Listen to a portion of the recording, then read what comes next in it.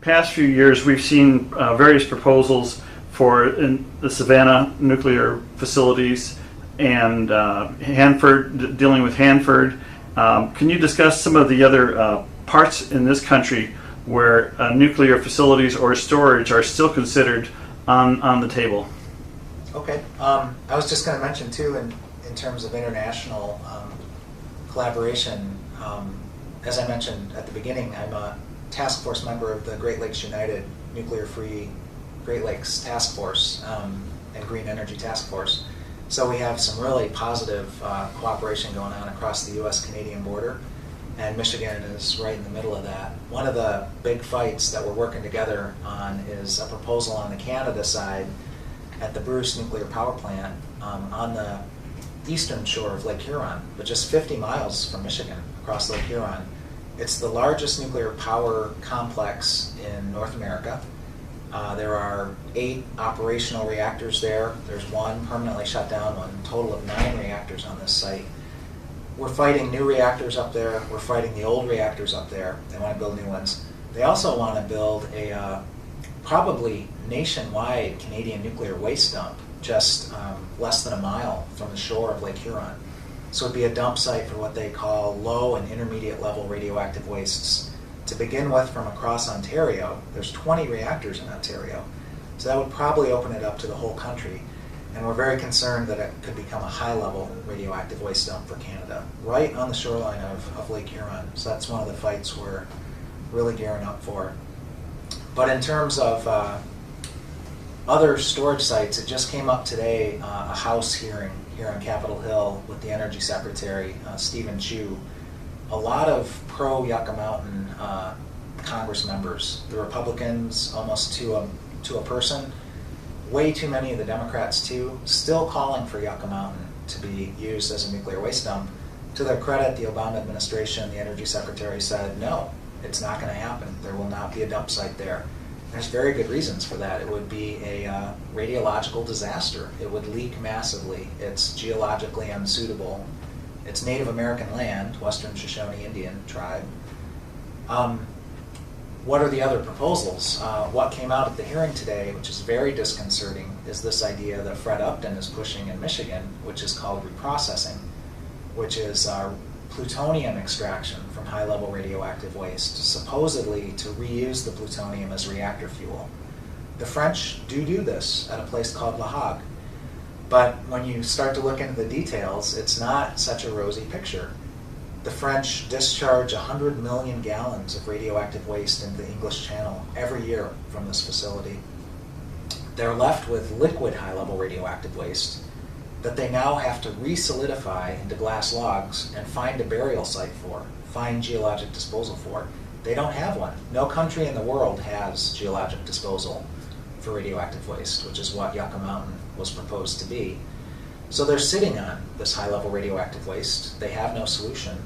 They're also risking nuclear weapons proliferation. They have 80 tons of separated plutonium, enough for thousands and thousands of nuclear warheads, that they now have to safeguard around the clock so that none of it goes missing. Because if you have a small sphere of it that you could hold in your hand, if you have less than 10 pounds of this material, you could make a nuclear weapon with it. The designs have been out there widely for a long time, so the only bottleneck is getting a hold of the plutonium. And it's significant that Gerald Ford was the president who said, no more, we're going to stop reprocessing civilian radioactive waste back in 1976. And the reason he did it was India had taken a Canadian research reactor, Atoms for Peace, had taken US reprocessing technology, Atoms for Peace, secretly generated plutonium for weapons purposes. And the first the world learned of it was in 1974 when they exploded their first nuclear weapon. And Ford's response was to ban the export of reprocessing technology. It's too much of a nuclear weapons proliferation risk. Carter strengthened the ban in 1977. Economics has stopped it from coming back in the United States. President Reagan overturned the bans, but the economics are abysmal. And US taxpayers would have to pay hundreds of billions of dollars to carry out this reprocessing scheme. But there's a big push on Capitol Hill And the places where they would try to do this, that you mentioned at the Savannah River site in South Carolina, is probably the lead candidate in the country to host this reprocessing. And they have done reprocessing at Savannah River site. They've also done it at Hanford, Washington, and they've done it at Idaho National Lab, mostly nuclear weapons reprocessing to get the plutonium out to put into the US nuclear arsenal.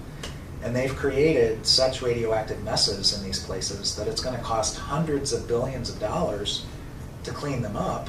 Or else you could write off the Columbia River in the Northwest, you could write off the Savannah River down in Georgia, South Carolina. You can write off the aquifers, like the Snake River Aquifer. The major bodies of water in whole regions of our country are at risk from the lingering radioactive contamination of military reprocessing. So this talk of commercial waste reprocessing is truly insane. And Congressman Upton, I would like to ask him, which of the Great Lakes does he propose we sacrifice to reprocessing? Because it's going to involve massive releases of radioactivity in liquid form and gaseous form if it's carried out in Michigan. So that's one proposal that's being pushed. It was being pushed on the Hill today, is reprocessing, and we've really just got to stop it. The only place in the United States that commercial reprocessing ever took place was West Valley, New York, near Buffalo. It took place from 1966 to 1972, and they had so many problems. They had so many fires, worker overexposures to radiation, breakdowns, accidents, that in 6 years they only did 1 year's worth of reprocessing. And yet in that short a time, with that little amount of material, they created a mess that's now going to cost between $10 billion and $27 billion to clean up. And if it's not cleaned up, Lake Erie and Lake Ontario are at risk of being massively contaminated.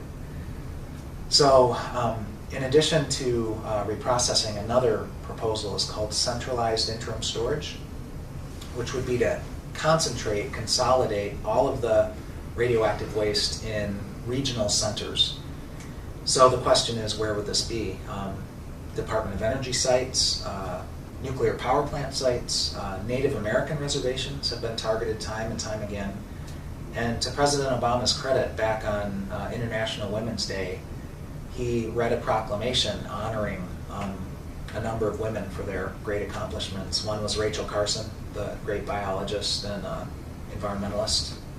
Another one was Grace Thorpe, who is, she recently passed away. She was a Native American from the Sac and Fox Reservation in Oklahoma. She's part Pokagon from Southwest Michigan. Her father is Jim Thorpe, the famous Native athlete of the century, according to Kellogg's on one of their cereal boxes. What is her claim to fame? Well, she got her dad's Olympic gold medals back, for one thing, but she devoted a big part of her life to fighting these radioactive waste dump proposals targeted at Native American lands. And President Obama honored her for that. It was a great thing that he did that. Well, they're at it again. The Nuclear Energy Institute has admitted that they're in communication with a tribe somewhere in the country. They won't say where, they won't say who, to see if they might host radioactive waste for 50 years until a dump site is found somewhere. If waste is parked at one of these centralized interim storage locations, it's likely going to stay there forever, because there are limits. At Yucca, there was a limit on how much waste could be dumped there. So any overflow parking they could find, and they often look to Native American reservations, it would stay there forever, probably.